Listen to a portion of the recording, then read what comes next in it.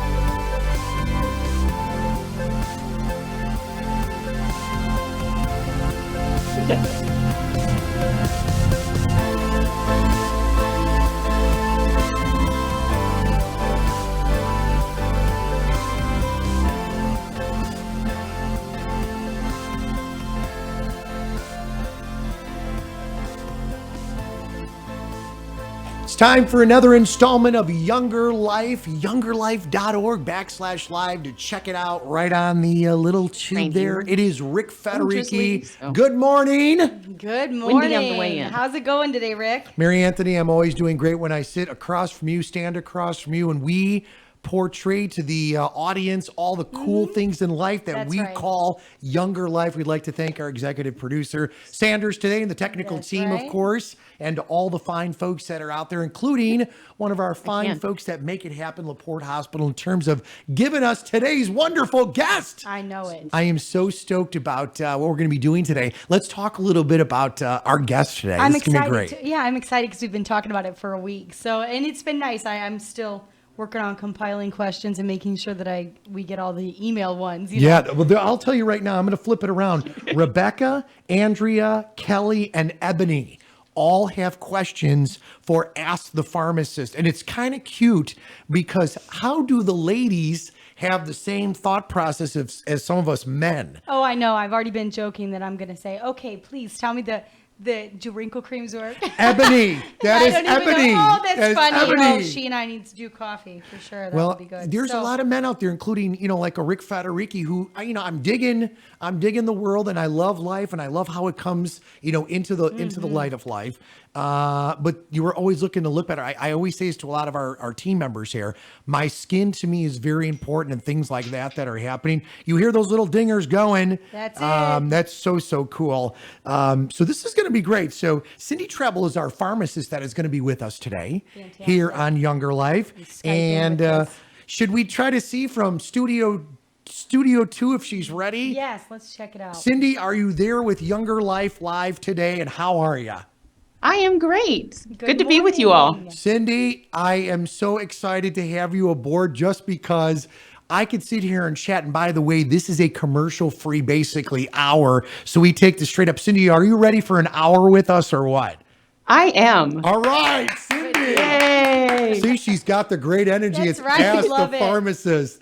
I just want to throw this out there to folks. 219-861-1632 is our live call-in line. 219-861-1632. Our flagship radio station, Girard Media's WIMS. You could email me to Rick, RIC at WIMSradio.com. Cindy, we have got Andrea, Kelly, Ebony, Kevin now, and Rebecca with questions for you. So let's chat a little bit and find out a little bit about you. Let's talk about you. Tell us a little bit about yourself, please, if you wouldn't mind.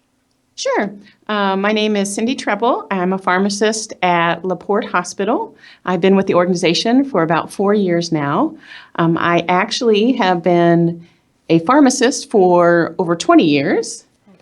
Wow. And have done a lot of things with it. That's actually one of the reasons I became a pharmacist was you weren't necessarily locked into doing one thing. I think most people, when you talk about a pharmacist, they expect that you're in a white coat and you're working in one of the retail drugstores, which is a majority of pharmacists, but they are also in hospitals. There's specific pharmacies that take care of long-term care nursing homes. You can do home infusion, you can teach. And through the years, I've done a lot of those things. But for me, what I love the most is doing hospital work.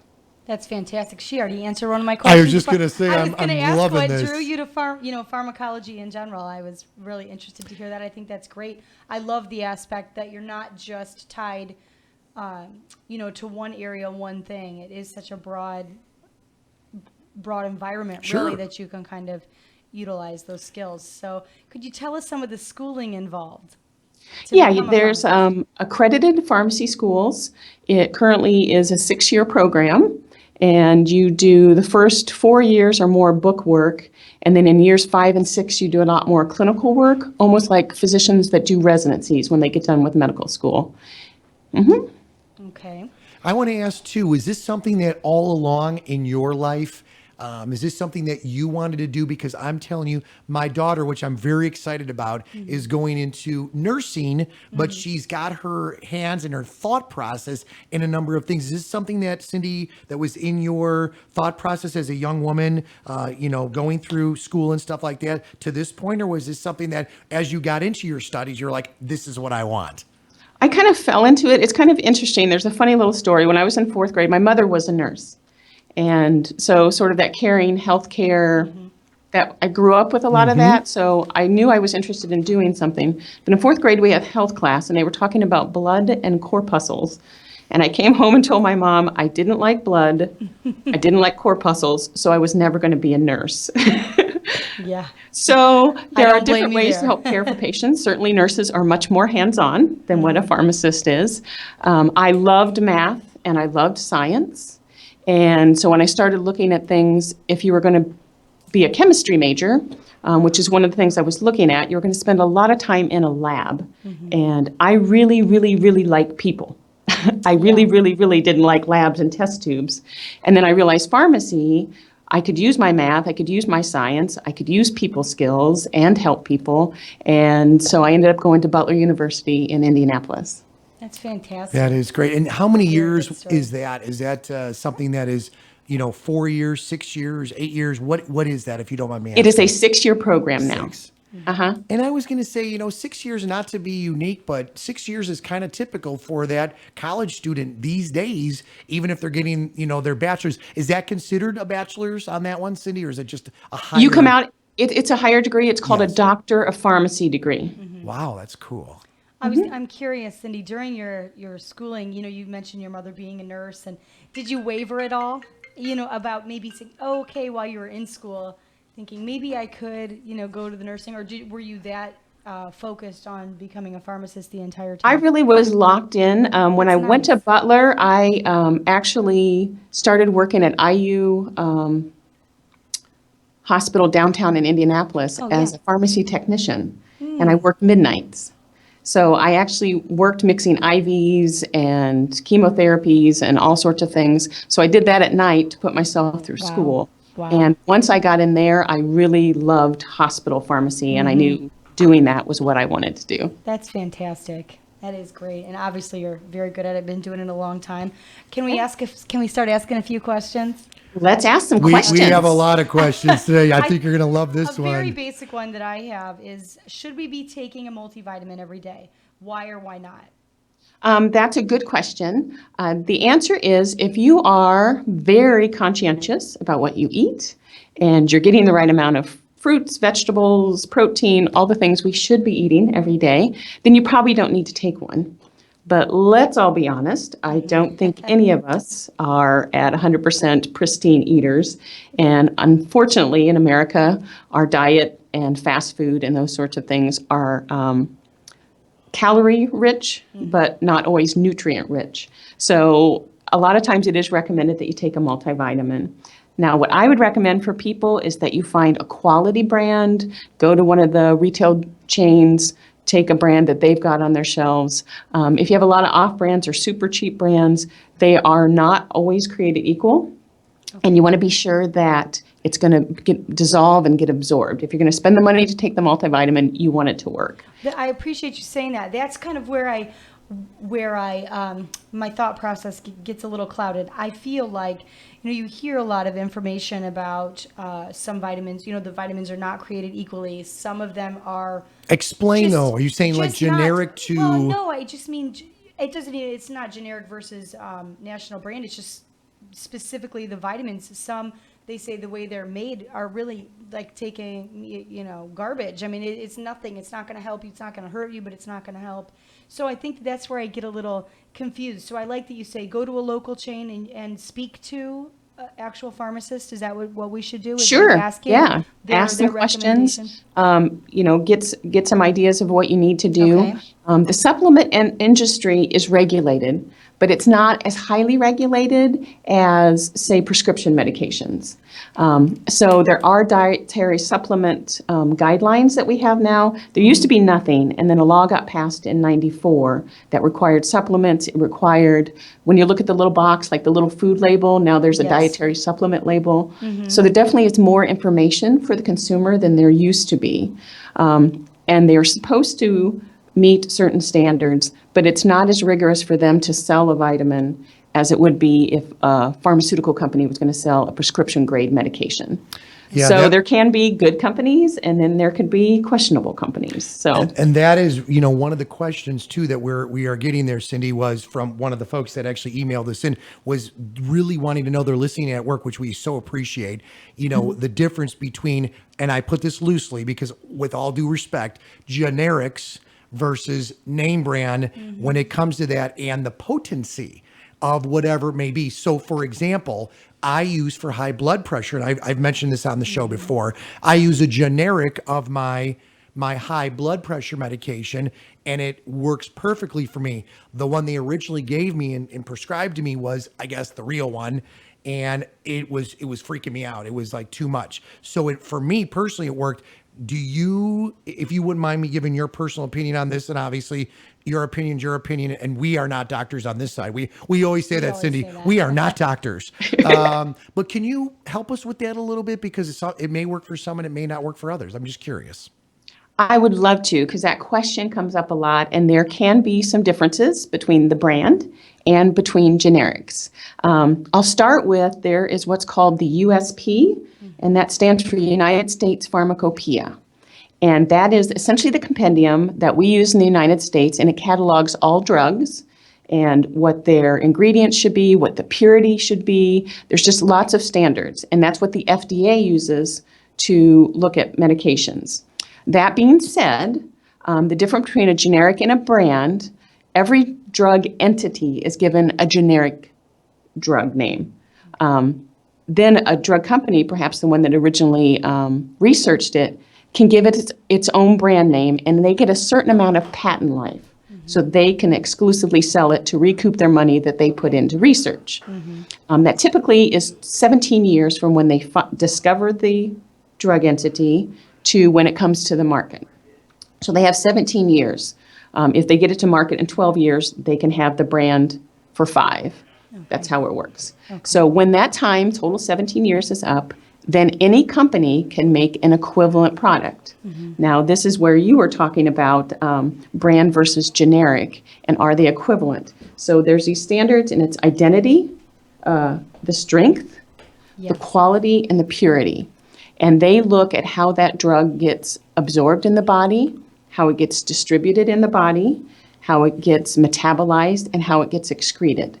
And a generic company has to prove that they are equivalent to a brand. Now, that being said, there actually is plus or minus 5%. So some people, if you are very sensitive, it could be a difference between how you react to a brand and how you react to a generic. Now, most medications, such as a blood pressure medicine, a lot of people aren't going to see a lot of differences, but there's certain heart medications that there's what we call a narrow therapeutic index. You want the drug level to be in a certain range. So, and people who have seizure meds, they can get enough of a difference that they might have breakthrough seizures on one versus the other. Wow. That is awesome. I love the way you explain that, just because Right. that can help out thousands of people listening or viewing right now.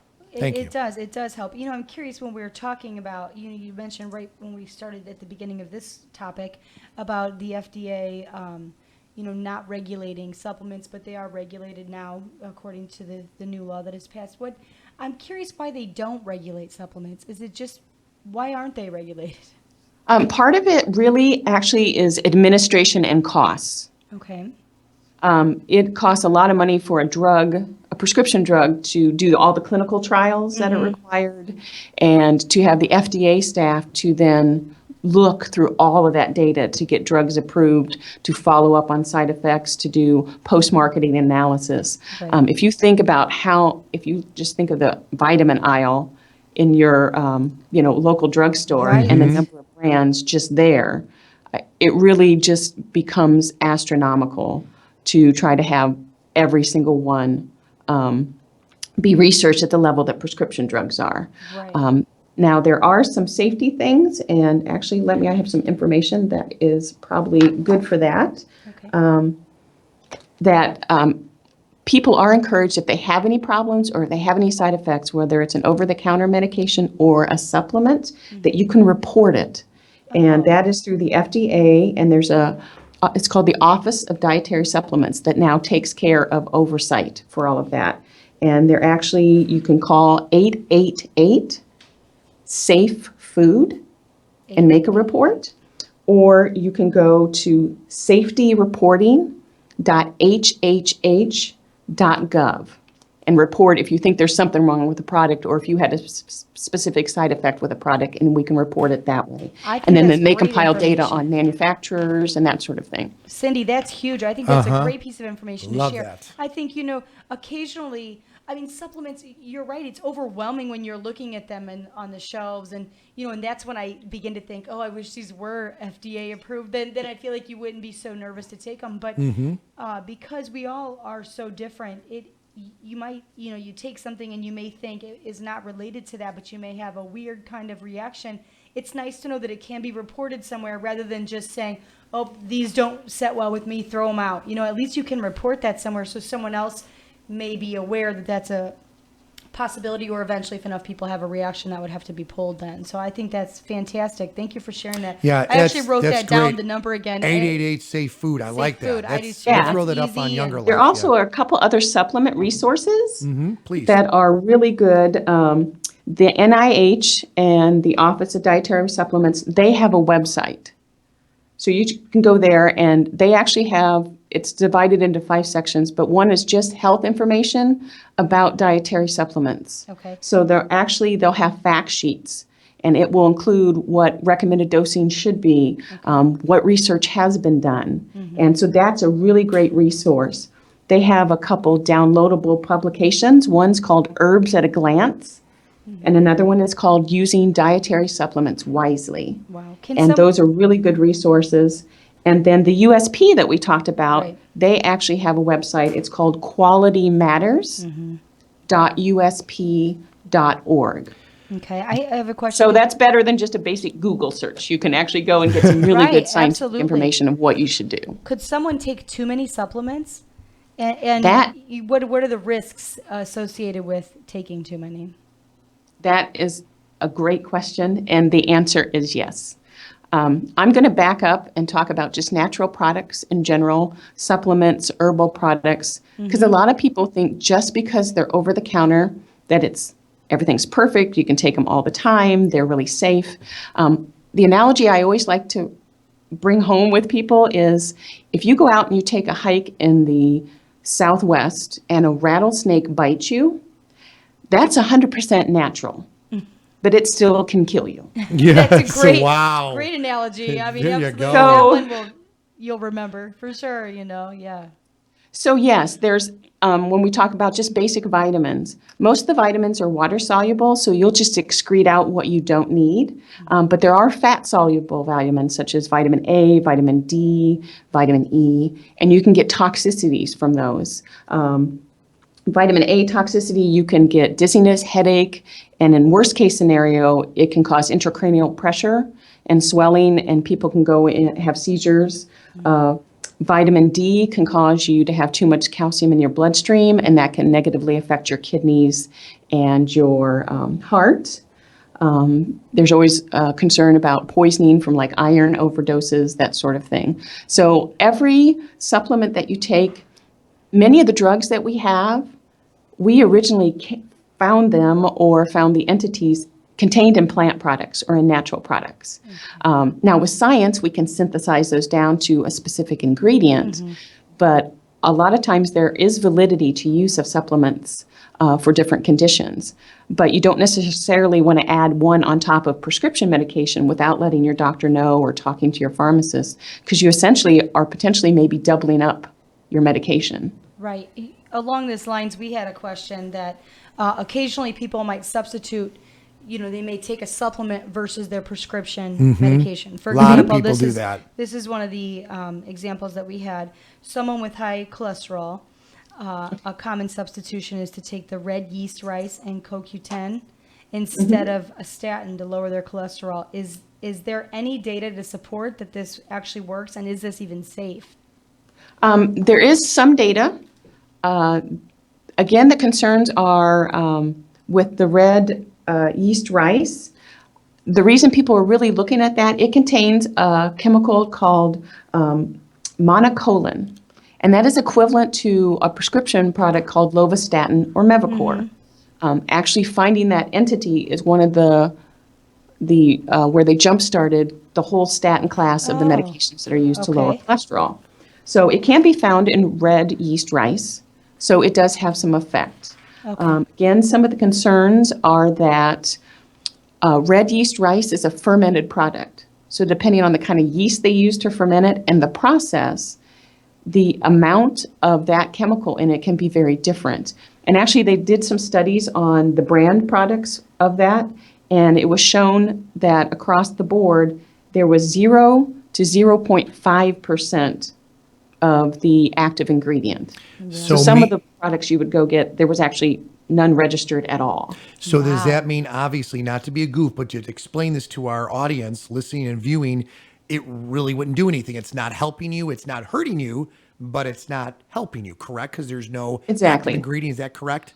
Well, the concern is some of them do have an active ingredient, some of them don't. Okay. But essentially from growth season to growth season, there's variability.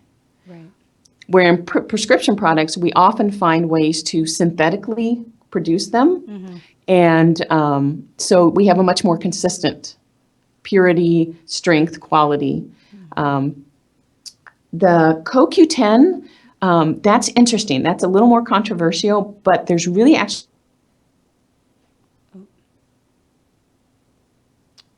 Cindy, we've lost your sound. We've lost it, but that's okay. We can still see her. We can still see her. No big deal. We just lost sound for a second. I'm sure We'll she'll be join right her there. again. Yeah, and See, just this is great. She's so full of great information. I mean, beyond it's really incredible. awesome. I keep trying to scroll through. There's just so many there's questions. so many people chiming in on instant questions this we morning. don't want to forget and leave out. And not to mention, I definitely wrap things up. I want to ask her about that old. Well, I do too, and I also want to talk about the statin side of things. Somebody just asked, "What is a statin?" That's a great question, because if you don't know what it is, that is a great question to ask. One of the things I want to throw out there too, the amount of questions we are getting here, the difference between generic drugs and name brands came up several times already here on Younger Life, which we've kind of tackled that already. She did great. Right. That. She's phenomenal. But the difference between hospital pharmaceuticals and retail pharmaceuticals is another one that's coming up. You laughed about the cream on the eyes. I know. I giggle about it. But there are people that want to know. Right. I'm definitely curious. What to is know going if there's on any, with that? If it really works, if it doesn't work, if it. Yeah. So I'm curious about that. I really want to know. You hear when she was discussing the different strengths of active medication. I'm curious to know. Oh wait, do we have her back? Yeah, let's just do this. Sorry. We'll pop her back up. But go ahead. You were I really concerned want to about. ask her about. People purchase drugs. I would be paranoid to buy drugs online, especially if you're talking out of the I wouldn't country. even touch it. Is that even legal? I know people do it, but I want to know if it's actually legal. And clearly, I would imagine that any professional would say it is not safe. I wouldn't do touch. not do it. I wouldn't touch. I'm just curious. Here's my thing. Made in blah. I'll just say that. I just can't I wouldn't imagine. even touch it. I really Even if it's made in the U.S., I would be afraid to purchase Right. it online. It doesn't I feel like matter. it's not right. I mean, right. it doesn't. It's not regulated. Exactly, and you don't know what you're really I getting. mean, think about that. You could literally physically die, potentially, hypothetically. All You opinions could. expressed here on this program with Gerard Media LLC and Younger Life these Live are don't just our reflect those. opinions. These are our opinions. These are us, but we are, I think, good representative of our Mm-hmm. listening audience. I feel like we aren't the professionals. I think we have her. Yeah, I think we do But too, still, which is I- great. Right. So I think there's just such a long list. I think this is a great show. I really hope people engage, embrace this idea, and we're hoping to be able to do this bi-weekly, or at Yes. least once a month, because Well, I feel like it's so important. I think the questions too, as you and I both know, coming up really can help educate folks. So Absolutely. depending upon what you are, someone just texted me and asked me about baby aspirin versus aspirin and Mm-hmm. why people take aspirin. The baby aspirin. Then someone else asked a question related to baby aspirin. Why am I told to take a baby aspirin Like, because of my heart condition? Some people say to chew it, Right. which I'm curious to know. Again, so when I read these questions from other people, it stems a whole host of questions on my own end. So I feel like poor Cindy. I know we're bombarding her. No. You know throwing what? these I little think things at her, but she's just phenomenal. a wealth of knowledge. Yes, I just listen love to her. that. She's Let's talk fantastic. about just for a moment. Earlier on the radio show on WIMS today, this morning, we were chatting with Dave Sisk from the United Way, and the dodgeball event's coming up. Yeah, and that's- Thor was just speaking with Dave Sisk, and Thor is from LaPorte Hospital, and Right. LaPorte Hospital sponsors and has got double teams out there again That's this year. really neat. We host, and we're out there every year. It's year 7. I know you love Wow, it. 7. 7 That's years. great. Wow. So it's going to be fun. So that'll be coming up April 23rd in the backyard of Michigan City, Indiana. So we'd love to see you out there and be a part of it. We'd like to thank LaPorte Hospital for their sponsorship fun on day. that one. Yeah, and all the money's made help the programs in the area good. to move to the next level. It's nice So, too that it's numerous programs. Mm-hmm. I like that. It's not just one or the other. It's nice. Well- it's a good community. What a community fun day and good cause. So Well, I wanted to also chat about while we're waiting for Cindy to join us back here on Younger Life.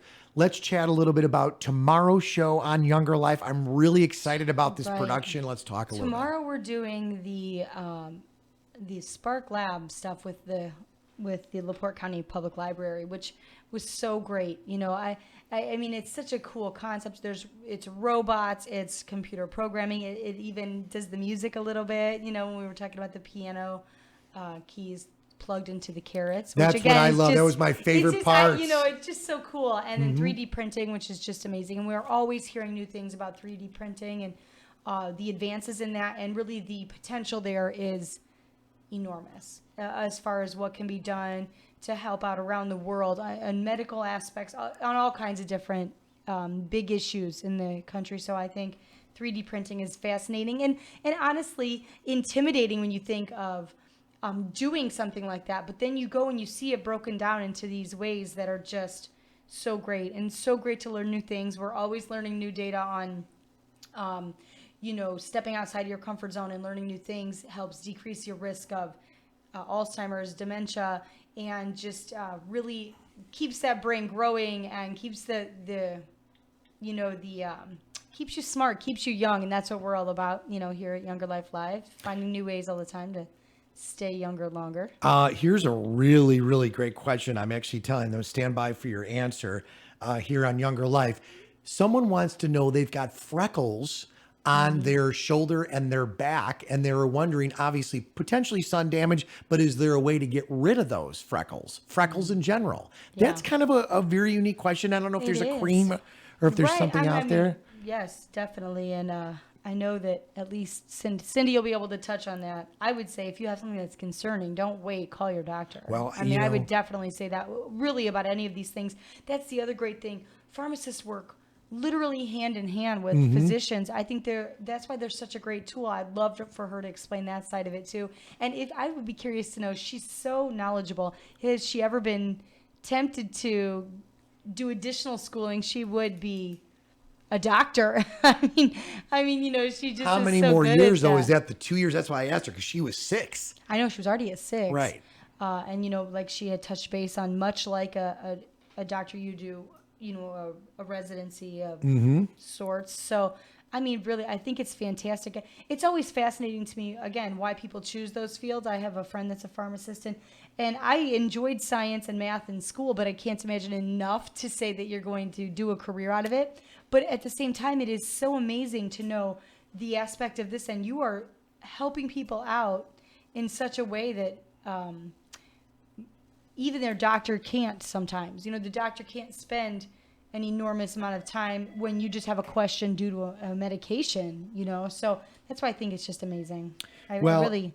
Let's see if we could connect with Cindy. Cindy, Okay. are you with us here on Younger Life? Here I am. I'm by phone. We're having a few technical difficulties. Well, we're just glad we have you back. Yeah, we love you. People are freaking out. I It's know, like our phones are blowing up. I said It's I like, feel bad for you. We're bombarding you with so much, but it's such an important topic. It's such a great conversation, and you are so full of knowledge. You are on it. awesome. I love that. I'm so happy you were able to join us today. So. Okay. So what are the collection of questions that you have? Oh, goodness, where to start, Okay, right? so can I throw out, if you don't mind? I know ladies first. Well, no, go back to the statin question, because we were just talking about Right. that. So. People, we actually had people physically say to us in an email form and in text form, can you explain what a statin is? And I'm like, wow, that is a great question. For those of us that know what it is, we know. But can you explain that to our viewing and listening audience, please?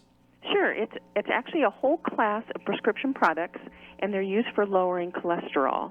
We talked about generic names. Right. It just so Yes. happens that everything in that class ends in the word statin. Okay. So the original okay. one was lovastatin. There's pravastatin. There's simvastatin.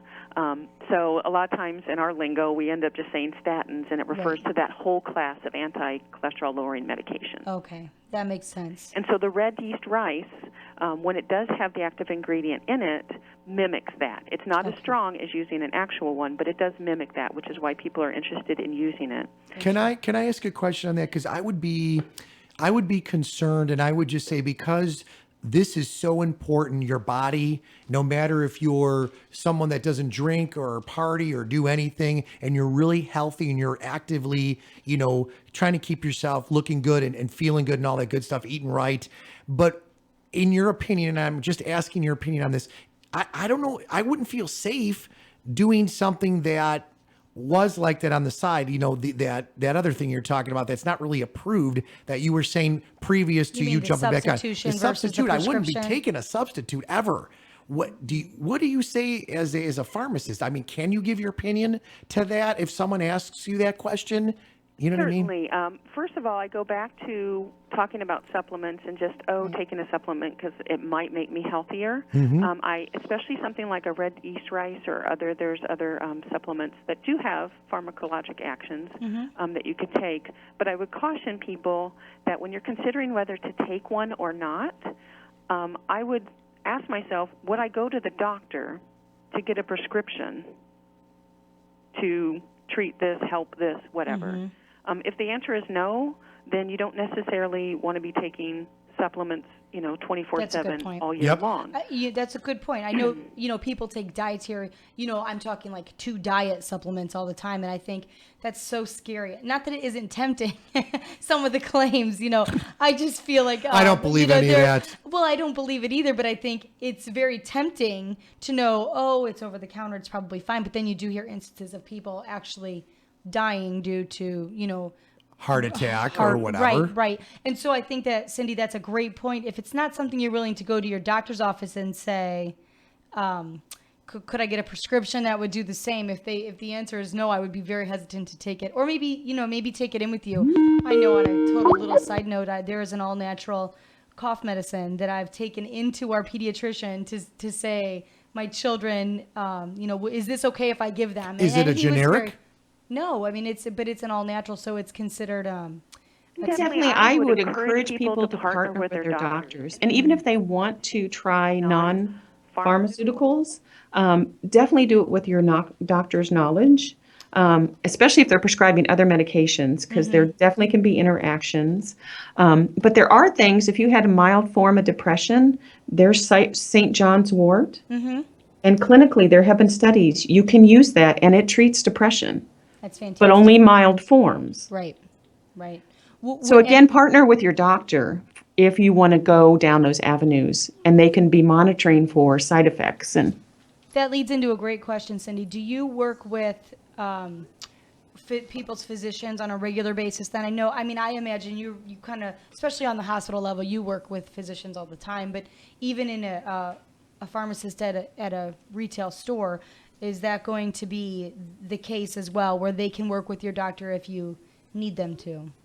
Exactly. If someone's interested in something, it may not be a prescription product, but if they're talk to their doctor about it, he may even just, note it down on a prescription pad and talk to the pharmacist about what products are available, etc.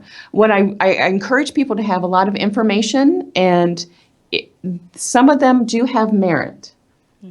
But if we can all partner, the patient, the doctor, us as pharmacists, so people just can have overall health and better wellness, that's positive. And the flip side is prescription drugs aren't without risks. Right. When we make them more potent to get a certain effect, it also potentially makes adverse effects or side effects more potent. So I understand why people want to look for more natural ways of doing things. But just if you do it with a lot of information and you do it partnership and open, honest communication, I think that's the safest way. Can I ask a question here, if you don't mind, Sure. ladies? Because I want your input here. It's so great. It's so valuable, your knowledge.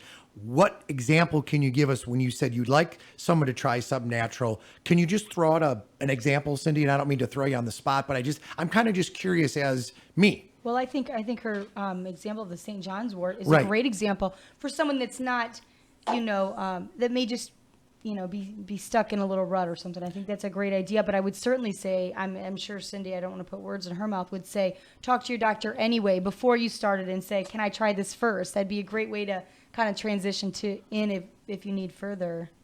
Exactly. There's another product, it's called valerian root. And it is known to be a natural sedative. So instead of using something like Valium or Ativan, Really? but again, it has mild effects. Okay.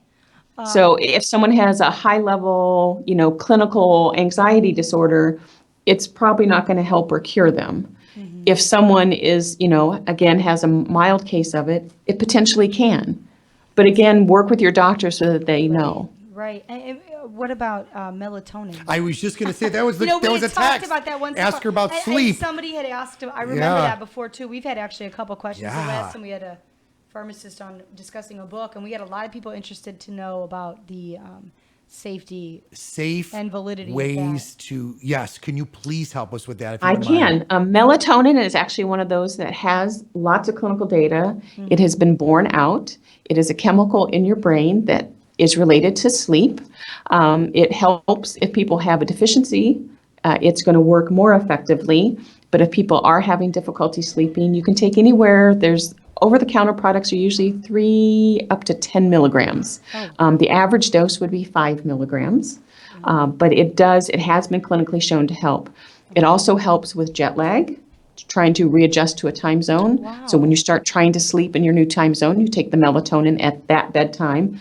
Kind of helps your brain trigger to think, I'm that's supposed to sleep at a interesting. new time. Also helps shift workers a lot that are changing between shifts and sleeping in different patterns in the day. Okay, very good point. Do those different types of, if you don't mind me asking, these different types of things that help you sleep? I made this comment in a previous show that I would be afraid. I've never taken a sleep aid. I'm afraid because I don't want to take something and not wake up.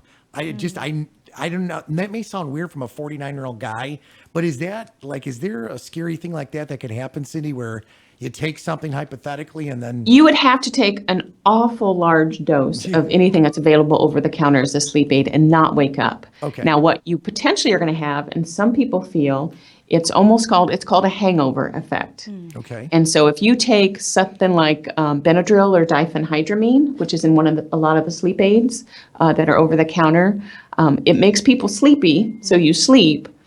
But then when you wake up, you still kind of have this foggy, groggy feeling. And so that's a potential side effect. Right. Okay.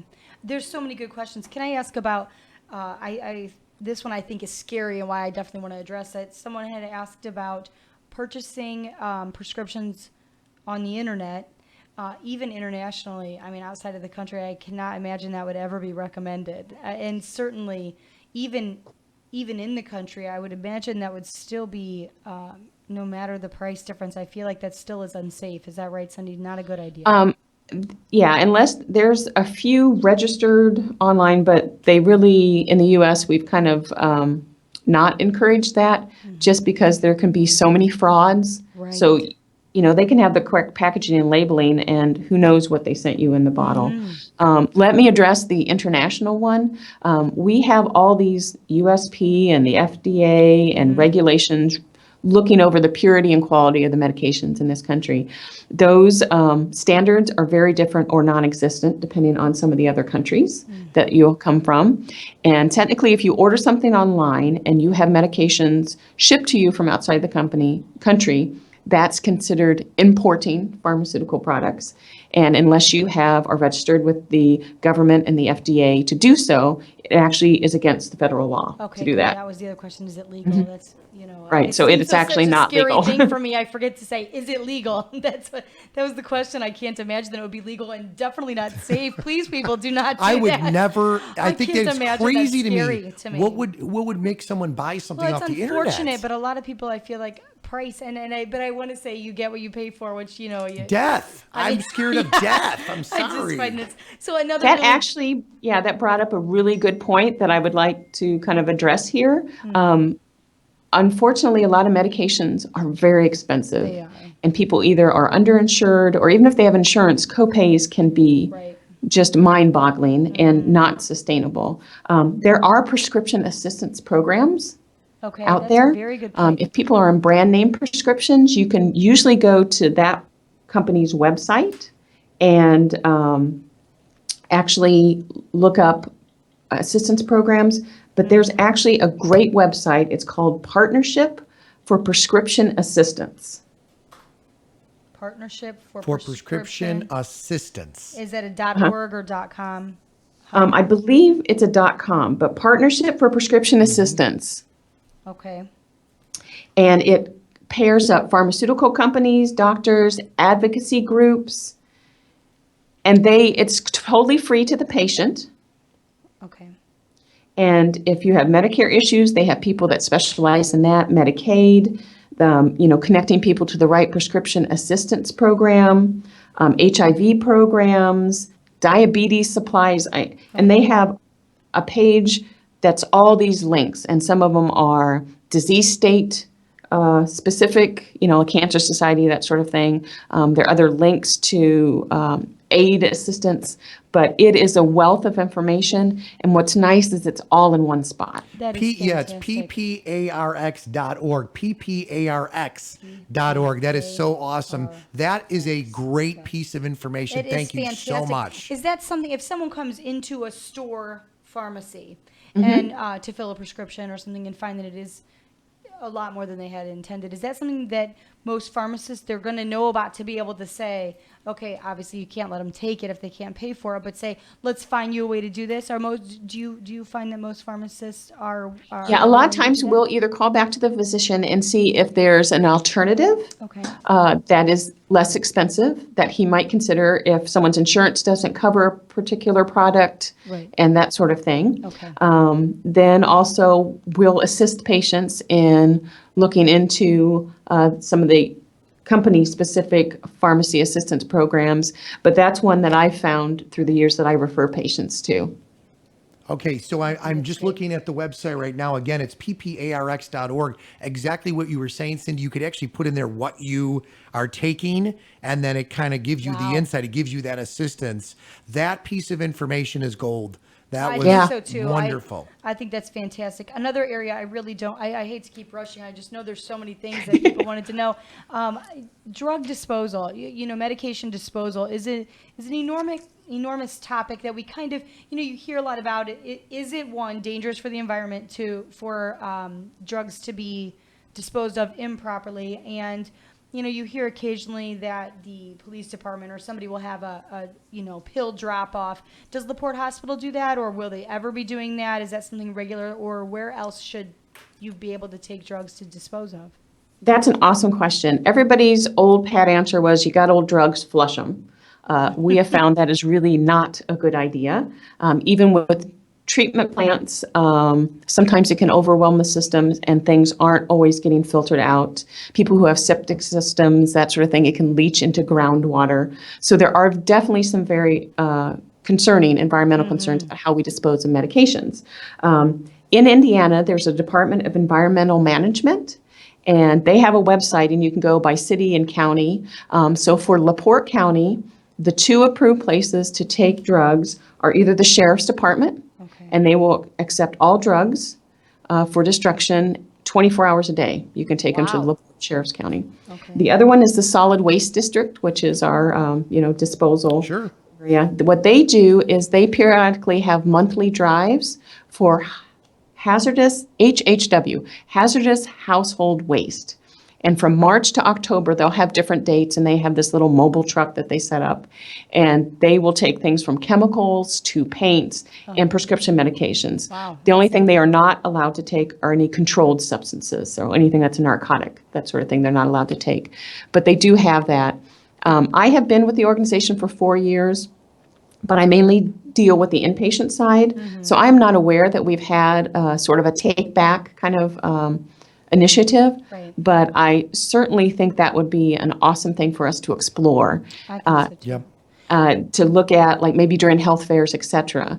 And even Yes. pairing with, since the Solid Waste District already does these monthly events, maybe to partner with them so that Right. they come and show up, because they have all the proper regulations now of how you're supposed to dispose of these things. Especially with And then we these- could partner with them through a health fair. So I'm actually kind of excited about that, and definitely going to be working with people and looking at the logistics of that and then some of the legalities of that to be sure, that we could do that. But I definitely think that's a great way that we could help serve the I community. think so too. I think that's Yeah. great for the community in general. What I was confused about is you said they cannot take narcotics. That would be pain medication, right? I mean, the Right. So I would think that would be a fabulous opportunity for the hospital to be involved, because that is Right.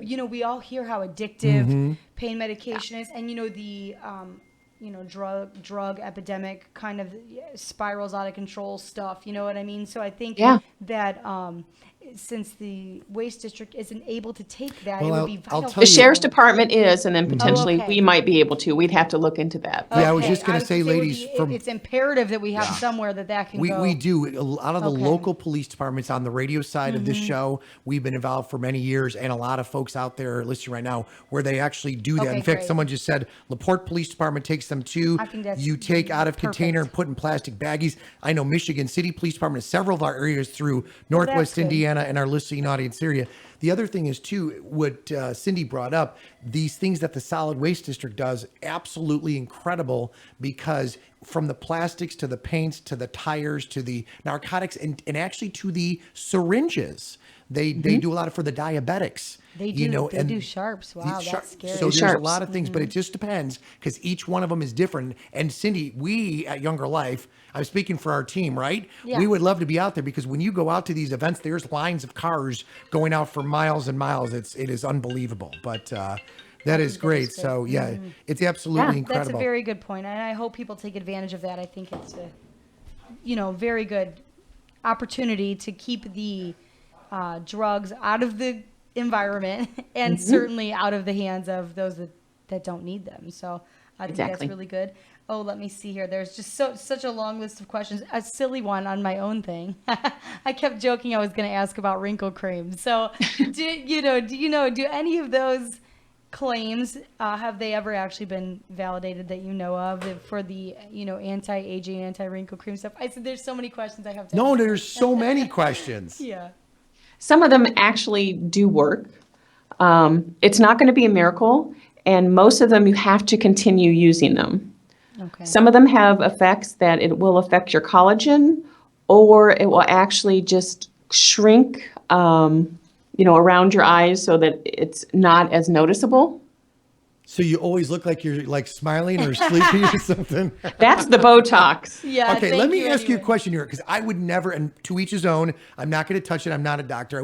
I would not want to put something into my body where I'd have to do it again, shots or whatever. But for example, and I say this on the air, and can I ask you about a product that I use personally? I wash my face every night. I'm very particular about my face and when I take a shower, but I use Pond's. Is that okay? Because it seems to make my skin nice, and I use it from a man's perspective. And I was told that works. And also Noxzema, I hear, is pretty decent. Is that okay? Can you talk about those products? I'm not trying to be weird, but I'm just trying to help out.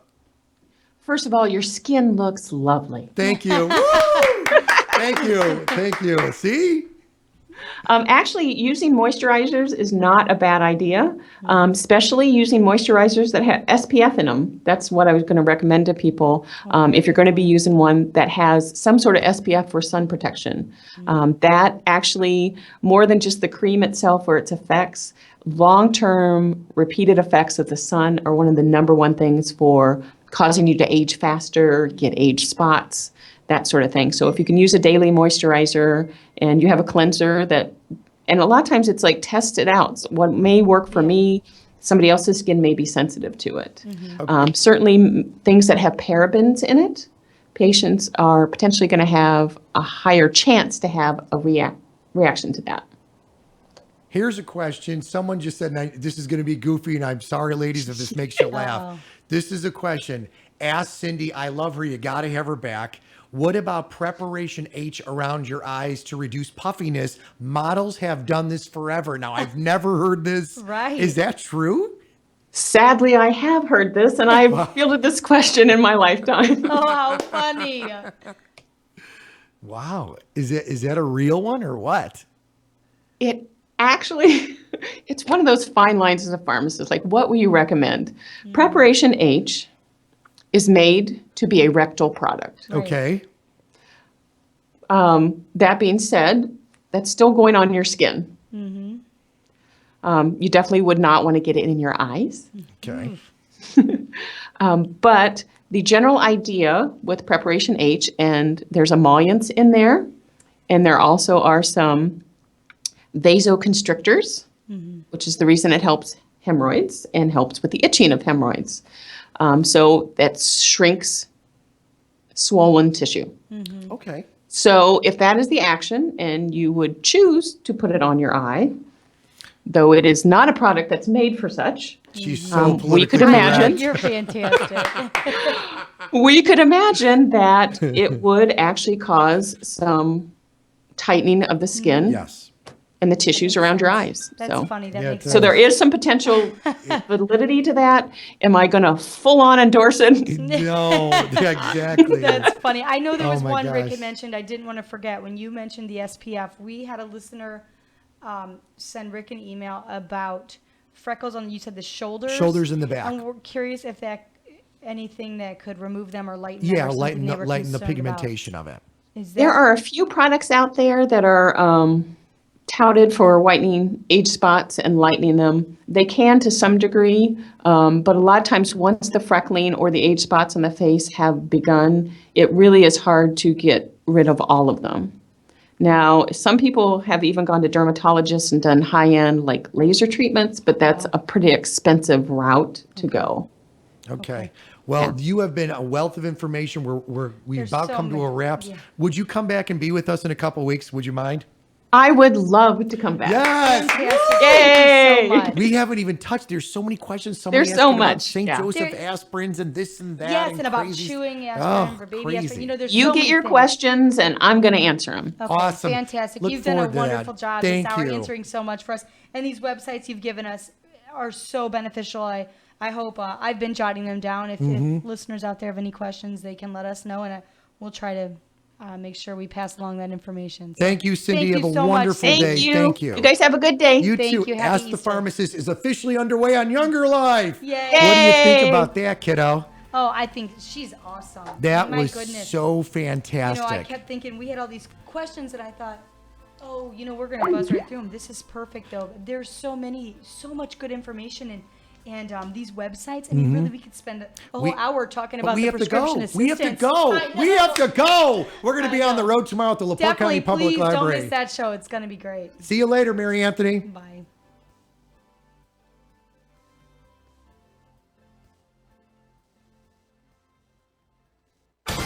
AM 1420, WIMS, Michigan City, a Girard Media Company station.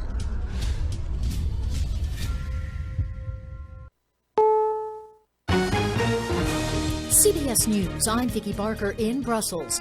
A second day of national mourning here for 31 dead, with hundreds injured and Americans among the missing. We're now told the terrorists moved up the date of their attacks on the Brussels airport and subway from this coming Monday. The decision possibly